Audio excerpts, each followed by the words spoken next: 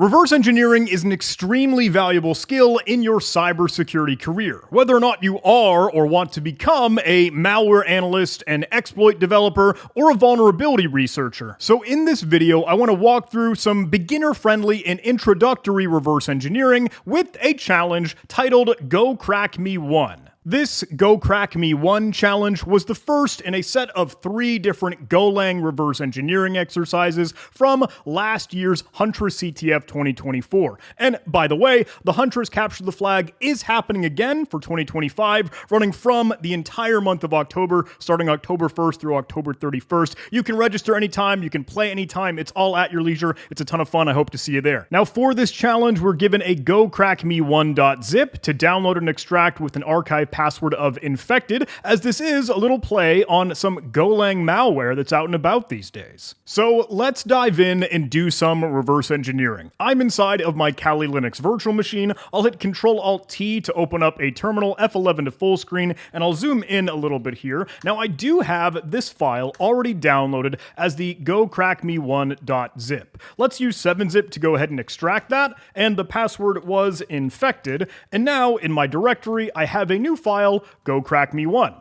If I were to run file on that gocrackme1 file, it tells me this is an ELF 64-bit LSB executable. So it's an ELF file or a Linux program. And we can see right here, it tells us a Go build ID, which does indicate this is a Golang compiled binary. It does have debug info, and it's not stripped of symbols. That might come in handy for our reverse engineering efforts. See, when a binary or computer program is compiled, all of the source code and different names of variables or functions could very well be stripped out of the final release build of the program. But if they aren't, that makes it a little bit easier to reverse engineer and understand what could happen in the binary, because all the things usually have their names associated with them for different symbols, and not often does that actually happen. More often than not, you have to figure out or reverse engineer what symbols might be. Whether or not you have debug symbols available, if you're going to do some reverse engineering, you really want a disassembler and a debugger. You use the disassembler for some static analysis, trying to make sense of the machine code and operations and instructions the program follows through, and a debugger for some dynamic analysis, so you can execute things and watch what changes in memory. Now, to tackle this reverse engineering challenge with our toolkit of a disassembler, a debugger, and maybe even a decompiler, I want to use IDA. You can find IDA online at hex-raise.com, and IDA is the leading tool for binary analysis trusted by top cybersecurity teams for reverse engineering and malware defense. This is like literally the industry standard for disassembling, decompiling, debugging, and doing reverse engineering work. Now, IDA is available for free. We could download IDA free, and you can follow along and get started. From here, you can get an account going and then download the IDA license and software. Now, Hexraise just recently put out a new version of IDA, IDA version 9, and there is a ton of awesome and cool stuff that is included for reverse engineers. So I've got the IDA installer downloaded, and I'm gonna start the installation process. While IDA is installing, I'm super pumped to tell you, Hexraise is a channel partner and the sponsor of this video. So while IDA is installing, please let me tell you about some of the awesome new features in IDA Pro and what IDA Pro version 9 has to offer. IDA Pro helps you dig into how software works under the hood, whether it's malware, firmware, proprietary software, or anything. And the Hexraise decompiler is available on 11 different platforms, between x86, x64, ARM, PowerPC, MIPS, and more. These analysis tools help you cut up code, unpack and deobfuscate threats, investigate exploits, cheats and game hacks, and binary bugs and vulnerabilities. IDA version 9 takes things even further, with faster saves with smaller IDB databases, expanded processor support for Tricore, RISC-V, and RH850, and smarter decompilers across ARM64, PowerPC, Rust, Swift, and Golang. You'll get clear C++ exception handling, STL structure recognition, Flirt signature improvements, and even a dedicated microcode viewer to peek into the decompiler's internals. With the brand new plugin manager, HCLI, the open source Python API, headless processing with IDA-lib, and seamless team collaboration features,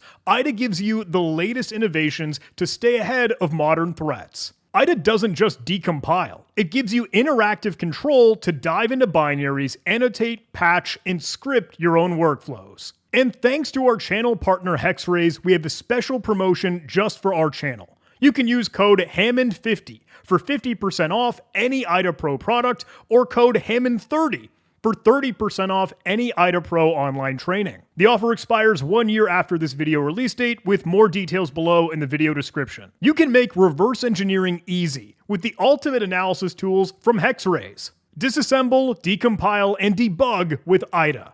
You can get started with my link below in the video description.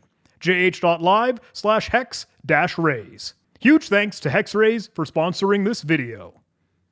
Sweet. Now that IDA is installed, let me go ahead and open up our Go Crack Me 1 challenge. Let me open up Go Crack Me 1, and we'll allow it to do its regular, usual analysis, just kind of clicking OK for the beginning introductory pop-ups. Yes, totally okay to analyze, and it will take just a moment for IDA to walk through all the functions and do its beginning analysis. Once you eventually get to the control flow graph, where you get to see sort of these boxes that tell you what assembly instructions or operations in machine code happens in that binary. Now, the interface for IDA Pro might be a little bit overwhelming at first. You can start really with this left-hand box for all the functions that are included in the program that you're analyzing. Now, this being a Golang binary that is statically linked, I know we've got a little bit more to chew through because it's Go and not C, but this will normally bring us into our main function. And you can see that it has gone to main_main here, the entry point, and because we have symbols included, this binary is not stripped, we can see exactly where the program starts. But now that we've got some static analysis set up, we should even do our own sort of manual dynamic analysis by running the program and just seeing what it does. So let me /gocrackme1, and it just tells me access denied. So there's not a whole lot to run with here. So to help navigate while I click around what might be visible in this control flow graph, well, honestly, I'd like to be able to see, okay, where are we getting to that access denied string, or that output that this displayed here? What I like to do, and it might be a fine, worthwhile beginning point for you, is to go see how are we getting to where we get when we run the program. So we could open up different windows or views to actually track down where is that string. Let me go look for strings, or a hotkey, Shift F12, and this will dump all of the strings that you might very well be able to see with, okay, running the strings command on the command line, but I want to go find, or Control F, to quick filter for that access denied string. And here it is. We can see it referenced at this specific address. Now this gives us read-only data, or the .ro data section of the binary. If I click into this, we could see all the things that may very well be already allocated in the program memory, but I'm more interested in the data xref, or the cross-references as to where this is used in the binary. We can double-click into this to go to it, and then we could see, okay, in the memory space, we actually see this being used in the main.main function. So we can click there, and that will bring us right to where we were in the control flow graph, but actually where we could see that access denied string being referenced. It uses OS standard out, like standard output, what's printed or displayed on your console, and then writes out that string with the fprintline function. You can see that's being called with all of these other instructions ahead of time, like move, LEA, load effective address, that prepare some of the registers and things on the stack that could be used to do any operation. Now, in 64-bit architecture, the registers, or these sort of hotspot spaces in the CPU, that's juggling all the data and information as it works with it. You might have heard before different letters for registers like EAX or EBX, ECX, EDX, blah, blah, blah, for 32-bit architecture, but in 64-bit architecture, we're working with a couple others, RAX, RBX, RCX, RDX, etc., and even others. You'll see those referenced a lot in assembly machine code instructions, but I know this can also still be a little bit challenging to read and look through. We could try and make sense of it and just sort of ignore maybe some of the boilerplate that we don't quite know what it does, but all the different functions like call when we move to some operation are things we could latch onto to think, oh, okay, that's what that program is going to do. And the graph here makes it pretty easy to see what branches, either green or red, as we meet different conditions like CMP comparing or JBE, or J meaning to jump to a location. And if we made our way down all the way to the end where we saw that access denied, well, we very clearly fell through enough of these branches to get to this point and then return or exit out of the program. That's all that we saw happen. So we clearly don't want to go down this branch where we have access denied. We'd much rather get to this branch. So we'll need to think through the logic and try to do some of that reverse engineering to see how do we get to that branch. Well, let's start at the top. Let's start at our entry point main and see where we fall down anyway to get to that. We don't hit this because that doesn't end the program immediately. We saw us get to our access denied. So we must have fallen down this branch. Now, what does this do? It looks like it's moving or loading in a whole lot of different addresses or values into our SP or our stack pointer to put something on the stack, presumably, and then call make slice. But we do have a symbol that's left over here. We have a decrypted equals RAX. RAX being the register, and it's probably load the effective address, all that from everything it's prepared previously. And then we walk through a little comparison. But take note of this branch here. You can see these arrows in the line that points to kind of a circle. We keep going through operations that might be a loop. We can even see kind of an integer I here, maybe used as a counter to maybe index each part and position of that decrypted string or value.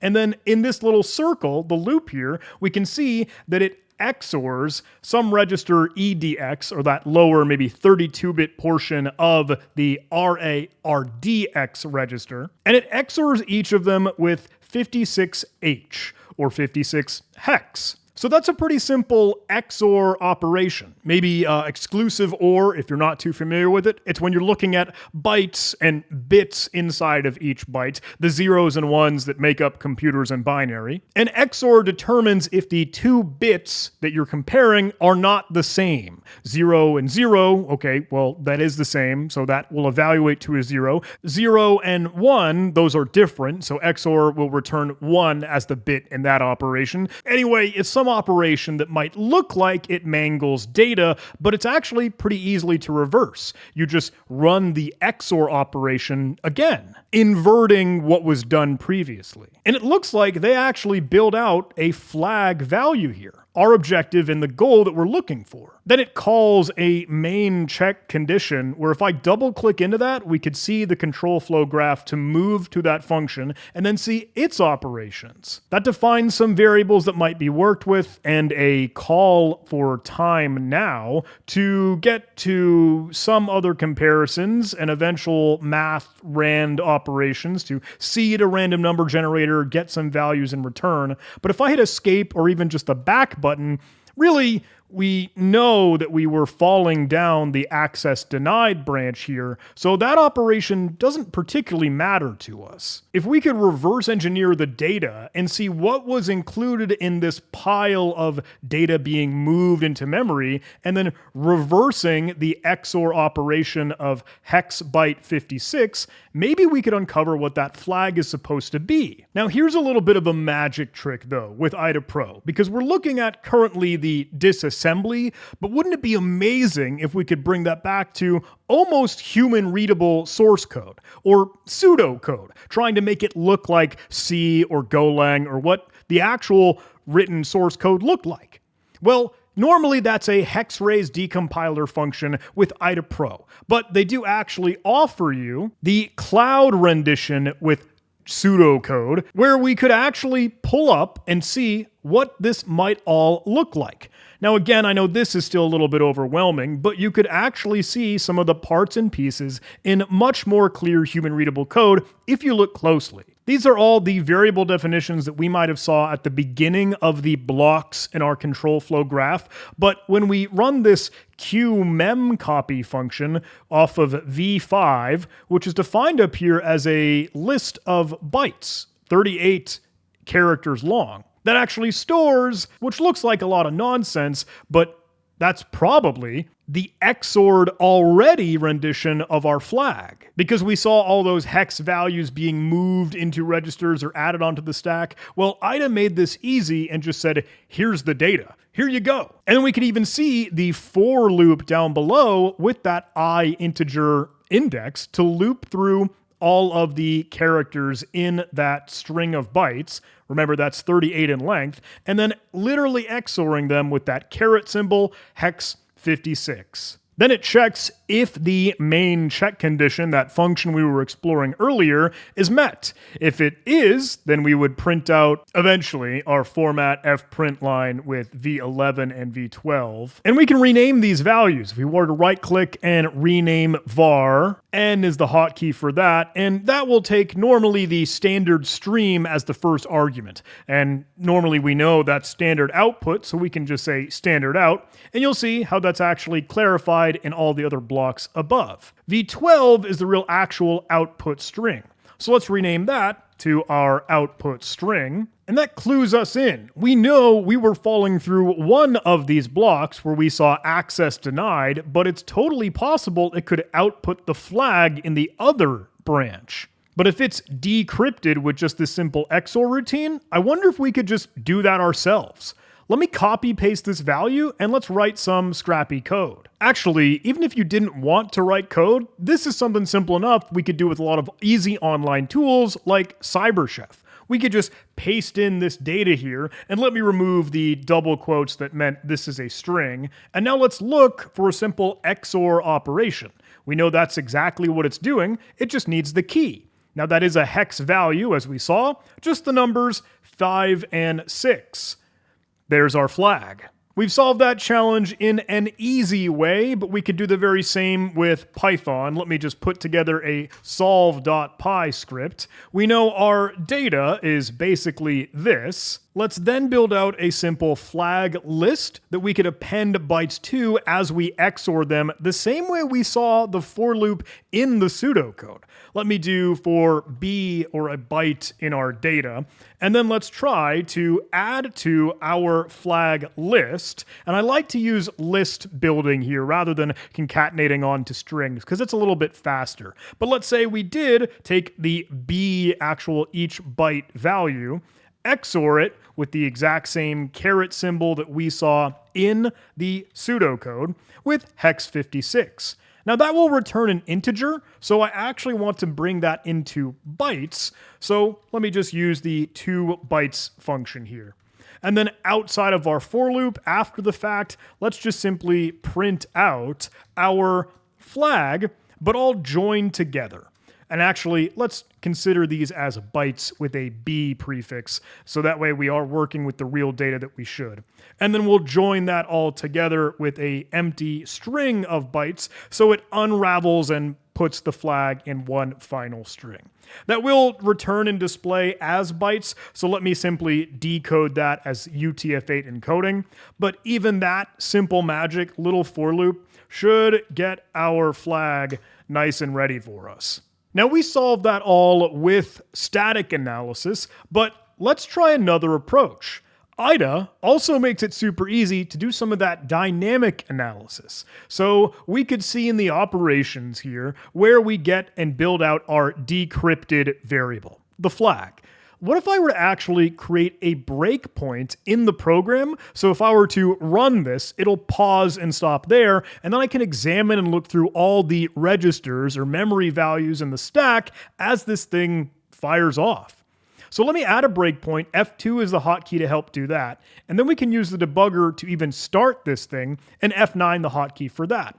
Now they give you a good warning. Look, you don't know if this program is malware or not, or if it'll do malicious things, so it's always worthwhile to run a debugger inside of a virtual machine, and be careful, you don't quite know what this code will do.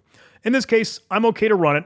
It doesn't quite know what this executable, maybe source code could be, so I'll click OK through those, and it doesn't need to find the source code.go. Let's just ignore that. But now I'm here, right at the breakpoint that I set, and now I can use the debugger to actually step over different instructions, or walk through the program execution. Then I can see the general registers like RAX, RBX, RCX, RDX, etc.